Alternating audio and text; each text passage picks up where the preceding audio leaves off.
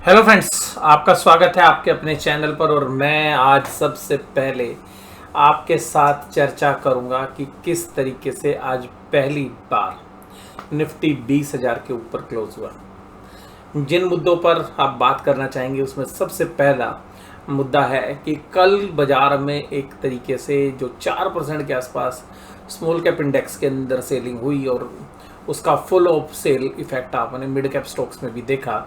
तो उसके बाद आज ऐसा क्या हुआ कि ये जो बाजार है एक रिकवर करता हुआ नजर आया।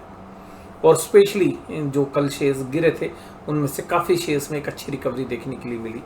और कुछ शेयर्स में तो रिकवरी ऐसी थी, बहुत ही कम थे, बट जिन्होंने कल के पूरे लॉस को रिकवर कर लिया। तो आप लोग जानते हैं जैसा कि इस समय पर मैं केवल एक ही सेक्टर के ऊपर बुलिश हूँ, और वो सेक्टर आप लोग जानते हैं पेपर सेक्टर है, क्योंकि वहाँ पे हमें वैल्यूएशंस रीजनेबल लग रही हैं। और जिस तरीके से पिछले एक महीने के दौरान उसमें टेक्निकल जो है सेटअप बना है जिस तरीके का, उसकी वजह से तो वो हमारे पोर्टफोलियो में भी अभी जो है, ट्रेडिंग पोर्टफोलियो में भी है, इन्वेस्टिंग पोर्टफोलियो में भी है।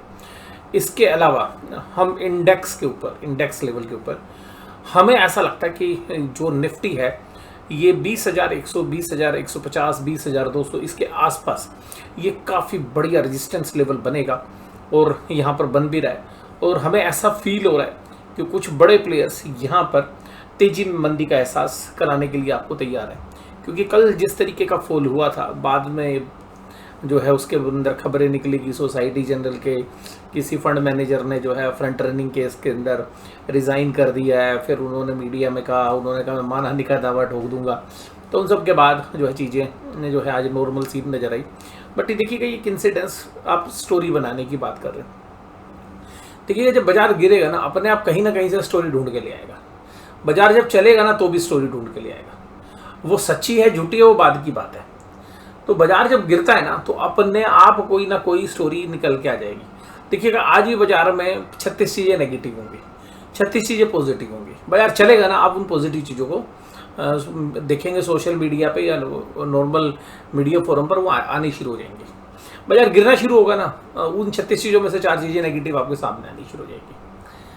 तो बट कुल मिलाकर बात ये है कि वहाँ पे तो एक नैरेटिव सेट करने वाली बात होती है।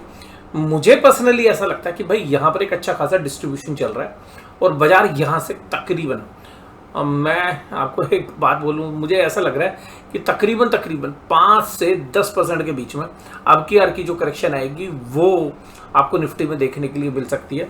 और स्पेशली जो बैंकिंग्स के जो प्रॉफिट्स हैं, देखिएगा बैंकिंग में टेक्निकली भी लैगार्ड रहा है। हो सकता है कि एक बैंकिंग में एक पुल बैक आपको कल मिल जाए, हो सकता है कि 2 दिन मिल जाए। बट मुझे ऐसा लगता है कि जो लास्ट वीक है, यानी कि 20 तारीख 21 तारीख के बाद का जो बाजार है वो काफ़ी सीवियर रहने वाला है। इस बार ऊपर से एक अच्छा खासा पेन आपको देखने के लिए मिल सकता है। हालांकि उसकी कंफर्मेशन वो आपको जब चार्ट पे 1 या 2 दिन ट्रेड होंगे तब आपके साथ चर्चा करेंगे।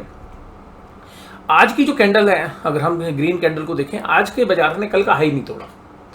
आज के बाजार ने कल का हाई नहीं तोड़ा, और आज जो सपोर्ट देने की कोशिश की गई वो उस सेक्टर ने की जिसकी आज वीकली एक्सपायरी थी, यानी कि निफ्टी बैंक। उसने देने की कोशिश की, और निफ्टी बैंक के अंदर जो तेजी की पोजीशंस थी उन्होंने बाजार को बहुत भरसक तरीके से रोकने की कोशिश की। लेकिन फिर भी बाजार का कल का हाई नहीं टूटा, और बाजार ने आज जो क्लोज दिया है वो 20,070 पर दिया है। अब यहाँ से अगर हम थोड़ा सा ड्रॉ करने की कोशिश करें तो यहाँ पर हमें लगता है कि 1-2 कैंडल्स और बनेंगी, और उसके बाद एक अच्छी खासी बड़ी कैंडल आपको देखने के लिए मिल सकती है जो 19,800 के आसपास आकर ठहरेगी। और उसके बाद हम देखेंगे कि फॉलो अप सेलिंग जो है लास्ट वीक में बन सकती है। तो अभी हमें लगता है 2-4 कैंडल अभी कंसोलिडेट वाली ही बनेंगी। अब जो कंसोलिडेट कहोगे, अगर आप ब्रेकआउट सोच रहे हैं, हमें हो सकता है कि वो डिस्ट्रीब्यूशन वाली लग रही हैं, तो डिस्ट्रीब्यूशन कैंडल्स बने या कंसोलिडेटेड कैंडल बने। बट उसके बाद हमें ऐसा लग रहा है कि एक ब्रेक डाउन के चांसेस ज़्यादा हैं। जैसे कल की जो एक इंसिडेंस हुआ उसके बाद आज थोड़ा सा एक रिलीफ मिली। तो जो कल 4% टूटा था बाजार, 4% तो नहीं चला ना स्मॉल कैप इंडेक्स। अब अगर हम बात करें कि बाजार चुन चुन का, देखिएगा जो मंदी करने वाले लोग हैं, जो तेजी करने वाले, जब देखो तेजी करने वाले ने चारों तरफ से तेजी कर ली है। अब वो नई न्यूज़, नई लिक्विडिटी लाने की स्थिति में है या नहीं है, ये बाजार देख रहा है। तो मंदी करने वाले जो प्लेयर्स हैं स्पेशली इंडेक्स में, वो इस बात की फिराक में है कि भाई तेजी वाले जैसे ही अपना तेजी का मामला छोड़ेंगे वैसे ही बाजार के अंदर एक प्रहार होता हुआ नजर आएगा। और मुझे लगता है कि वो सबसे अप्रोप्रिएट टाइम जो है लास्ट वीक ऑफ एक्सपायरी जो है होता हुआ नजर आएगा। आज हम 13 तारीख के अंदर है, तो नेक्स्ट वीक में जो है अगली वीक, क्योंकि कल एक वीकली एक्सपायरी, उसके बाद उससे अगली वाली वीकली, तो जो अगली एक्सपायरी है उसमें एक वोलेटाइल सेशन हमें देखने के लिए मिलेगा। दोनों साइड के मूव मिलेंगे, ऊपर भी नीचे भी।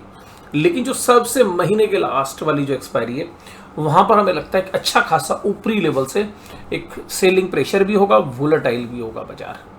और उसके बाद क्योंकि रिजल्ट सीजन शुरू होना है, पिछले 2 क्वार्टर के रिजल्ट खराब हैं और कुछ बड़े फंड्स की आपको सेलिंग है, इंटरनेशनल फंड्स की कुछ बड़ी सेलिंग आपको देखने के लिए मिल सकती है।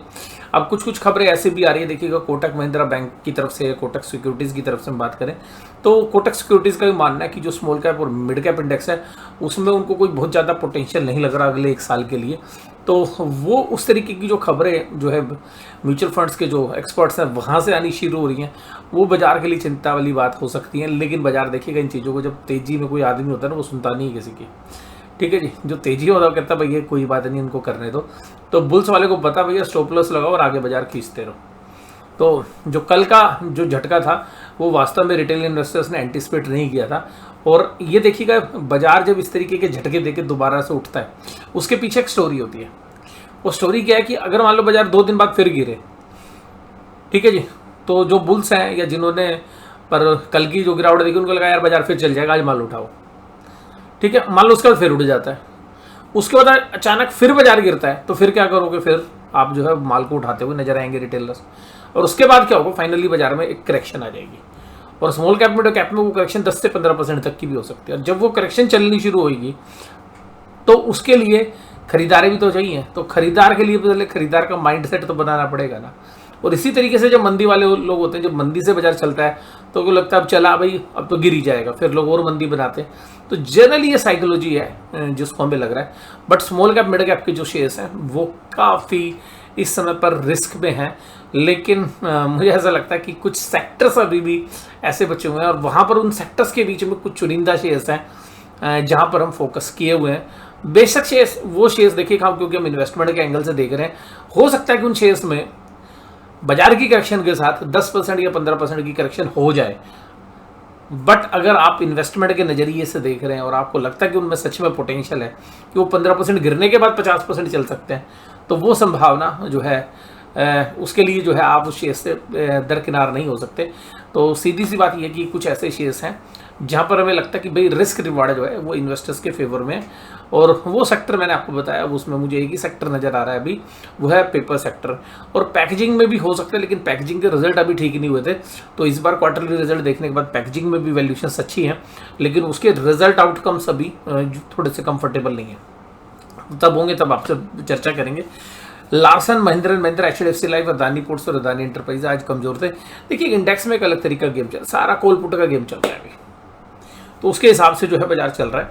लेकिन बाजार जो है मंथली एक्सपायरी के अंदर एक अच्छा खासा हमें लग रहा है कि एक सेलिंग प्रेशर आएगा। वो हम कंफर्म करेंगे आपके साथ जब अभी 2-3 दिन के ट्रेड्स और हो जाएंगे तब। आज एडवांस डेक्लाइन रेशियो देखिएगा चांद पे थे, हालांकि कल तो 200 के आसपास ही थे, बढ़ने वाले और घटने वाले ही थे सारे, लेकिन आज ठीक था मामला। और देखिएगा लेकिन फिर भी घटने वाले जो है दोपहर 12 बजे के बाद फिर घटते हुए नजर आए। यानी कि बाजार की जो स्ट्रेंथ थी, बाजार तो ठीक था, निफ्टी तो ठीक था, लेकिन बढ़ने वाले शेयर्स जो हैं वो मोमेंटम नहीं दिखा पाए। वो भी जो है शेयर्स घटने वाले जो है जो चांद पे थे वो नीचे नीचे घटते रहे और बढ़ने वाले बढ़ते रहे और घटने वाले भी कम होते रहे। यानी कि जो कल सुबह या शाम तक जो पैनिक था वो पैनिक आज सुबह भी था, लेकिन वो धीरे धीरे कम होता हुआ नजर आया। तो वो पैनिक जब कम हुआ तो बाजार जब ऊपर था तो उसमें थोड़ी थोड़ी रिलीफ आपको स्मॉल कैप मिड कैप में मिली। तो जो लाल निशान में थे वो हरे में आते हुए नजर आए, बट वो स्ट्रेंथ नहीं आ पाई जो बाजार के अंदर थी। यानी कि निफ्टी की स्ट्रेंथ थी, एडवांस डेक्लाइन तो ठीक है, वो नंबर्स कम हो गए, लेकिन उनके अंदर जो परसेंटेज जिस तरीके से शेयर प्राइस मूवमेंट होती थी वो आज मिसिंग थी। वो कल का जो डर था वो देखा जा सकता था। ग्रासिम, कोल इंडिया, टाटा कंज्यूमर, भारतीय एयरटेल जैसे शेयर्स तेजी में थे और HDFC life, Mahindra and Mahindra, L&T, Adani ports, Divi's lab, Cipla जैसे शेयर्स आज कमजोरी में काम कर रहे थे। निफ्टी बैंक 45909 पर क्लोज हुआ और निफ्टी बैंक ने ही आज निफ्टी को संभाल रखा था। और निफ्टी की कैंडल एक मजबूत बनी है, बट ये ध्यान रखिएगा जब तक ये पुरानी जो कैंडल्स हैं, जो आपको 4-5 ये कैंडल्स नज़र आ रही हैं, तब तक बाजार जब इनको नहीं ऊपर तोड़ के ऊपर नहीं जाएगा, तब तक बाजार में कोई सस्टेनेबल मूव ऊपर की तरफ नहीं आ सकता। और मुझे लगता है कि इसके अंदर जाएगा ना बाजार, यहाँ पर एक सेलिंग डिस्ट्रीब्यूशन होगा, और वो सेलिंग डिस्ट्रीब्यूशन होने के बाद बाजार जो है एक अच्छी खासी कमजोरी दिखा सकता है। और यहाँ पर जिस तरीके के मूव्स थे आज ये दिख रहा था कि जो ऑप्शन ट्रेडर्स हैं उसी के हिसाब से बाजार चल रहा था, तो वो जो पोजीशंस आज बनी है ऑप्शन ट्रेड्स के हिसाब से वो शायद कल स्क्वीज होती हुई नजर आए, और वहाँ पर एक सेलिंग हम कल भी देख सकते हैं।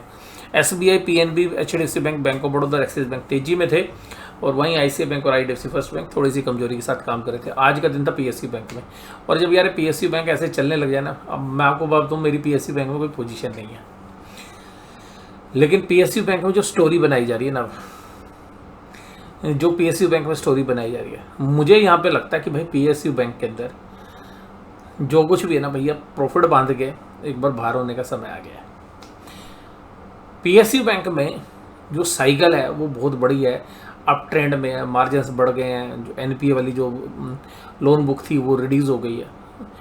बट अभी जो बैंकिंग एज ए होल, चाहे वो प्राइवेट बैंक है चाहे पब्लिक सेक्टर बैंक है, अगर आपको देखिएगा रेट ऑफ इंटरेस्ट बढ़ाने पड़ रहे हैं डिपॉजिट को अट्रैक्ट करने के लिए, और लोन की ग्रोथ आपकी थोड़ी सी भी रुकेगी। लोन हालांकि अच्छी ग्रोथ है, लेकिन एक ऊपर के रेट पर जो लोन दिए जा रहे हैं ये आगे चल के जो है NPA के अंदर कन्वर्ट हो सकते हैं। दूसरी बात ये कि जो मार्जिन्स हैं वो थोड़े से स्क्वीज होंगे, जो पीछे जो है बैंकों में हम देख रहे थे। पिछले क्वार्टर रिजल्ट्स में भी हमने देखा तो बैंकों की परफॉर्मेंस नीचे की तरफ आई थी, जो हमने लास्ट क्वार्टर में देखा था पिछले फाइनेंशियल में।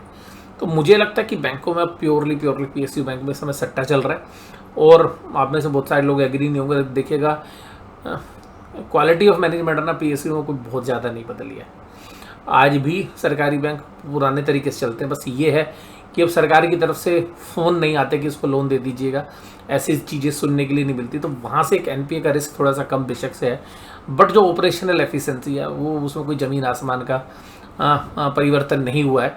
हाँ, काफ़ी इम्प्रूवमेंट हुई है, लेकिन फिर भी जो वैल्यूशंस हैं वो सब अब मुझे लगता है एक सरकारी बैंकों के अंदर जो वैल्यूशंस होनी चाहिए थी वो थोड़ा सा ऊपर की साइड है, और सरकारी बैंकों में भी कभी भी आप एक अच्छी खासी सेलिंग प्रेशर देख सकते हैं, और ये जो है फुली वैल्यूड है, बल्कि अब तो काफ़ी हद तक जो है कुछ पॉकेट जो है ओवर वैल्यूड हो चुकी है। अगर हम आज की बात करें तो अभी FIs के जो डेटा हैं अभी उपलब्ध नहीं थे हमारे पास, और इस समय पर अगर पुट कॉल रेशियो देखें तो निफ्टी की तो ठीक है, लेकिन निफ्टी बैंक की ऊपर की तरफ आ गई 1.466। इसको देख के ऐसा लगता है कि कल बाजार गैप अप खुलेगा, और खुलते के साथ मतलब 100-150 पॉइंट ऊपर खुले और वहाँ पर या फ्लैट भी खुलता है तो एक सेलिंग होने की चांसेस बनते हैं बैंक निफ्टी में। Dow Jones industrial average flat ही चल रहा था, अभी थोड़ा सा नीचे था भी ऊपर आ गया, और वहाँ पे जो कोर इन्फ्लेशन का डेटा है मंथ ऑन मंथ बेसिस पे 0.1% ज़्यादा आया है, तो वो थोड़ा बाजार को शायद वहाँ पे पसंद ना आए। तो inflation year on year basis पे तो स्टेबल है, लेकिन मंथ ऑन मंथ बेसिस पर जो इन्फ्लेशन है वो थोड़ी सी एस्टीमेट से ऊपर की तरफ आई है, तो 10 बेसिस पॉइंट ऊपर आने की वजह से हो सकता है कि डाउ जोन्स इंडस्ट्रियल एवरेज अभी फ्लैट चल रहा है, अभी तो 100 पॉइंट प्लस में है अभी जब मैं आपके साथ वीडियो रिकॉर्ड कर रहा हूँ, लेकिन हो सकता है कि रात के समय पर वहाँ पर एक सेलिंग आए और डाउ जोन्स इंडस्ट्रियल एवरेज, नैस्डैक वगैरह सब शायद आज माइनस में बंद हो। ब्रांड कोड $92 पर चला गया, हमारे लिए फंडामेंटली ये काफ़ी जो है घबराहट के संकेत देना शुरू कर सकता है। इसके बाद देखिएगा निफ्टी के बाद, निफ्टी की बात करते हैं, देखिए निफ्टी में आज 20,000 पे एक अच्छी कॉल राइटिंग हुई, क्योंकि 20,000 के ऊपर चला गया, सॉरी पुट राइटिंग हुई, लेकिन आज हमें एक चीज़ देखने के लिए मिली कि 20,100 पे कॉल राइटर गायब नहीं हुए। 20,000 के कॉल राइटर तो गायब हो गए, लेकिन जो कॉल राइटर 20,200 के ऊपर एग्रेसिवली और 20,150 पर है, इसको देख के ऐसा लगता है कि इस जोन में बाजार आएगा, आने की चांसेस भी हैं, और यहाँ पे जबरदस्त सेलिंग आएगी। मतलब इस जोन में आने के बाद 20,100 से 20,200 के आने के बाद बढ़िया वाली सेलिंग आपको देखने के लिए मिलेगी, और यहाँ से बाजार की यू टर्न करने के चांसेस भी हैं, जो 19,800 तक बाजार को लेके जा सकते हैं। निफ्टी बैंक में पुट कॉल रेशियो जबरदस्त है, और पुट राइटर अब एग्रेसिव हो गए हैं, और मुझे यहाँ लगता है कि जो 46,000 है काफ़ी अच्छा रेजिस्टेंस है। इसमें भी सिमिलर है कि अगर 46 से लेकर 46,200 के बीच में यहाँ पर एक अच्छी खासी सेलिंग जो है यहाँ पर भी देखने के लिए मिलेगी, और उसका लो फिर हमें ये लगता है कि 45,500 और इवन 45,300 तक लेके जा सकता है। पुट राइटिंग ठीक ठाक है, लेकिन कॉल राइटर्स भी एग्रेसिव हैं और कुछ कॉल अनवाइंड भी हुई हैं। लेकिन जब ये पुट राइटिंग अच्छी हो रही होती है, इसमें एक बात और भी होती है कि जो बड़े प्लेयर्स हैं वो पुट राइटर्स को भी ट्रैप करते हैं, तो काफ़ी अच्छी चांसेस हैं ऊपर से एक सेलिंग होने की चांसेस हमें निफ्टी बैंक में भी लग रहे हैं। तो आज की इस वीडियो में बस केवल इतने। वीडियो देखने के लिए धन्यवाद। Thank you very much.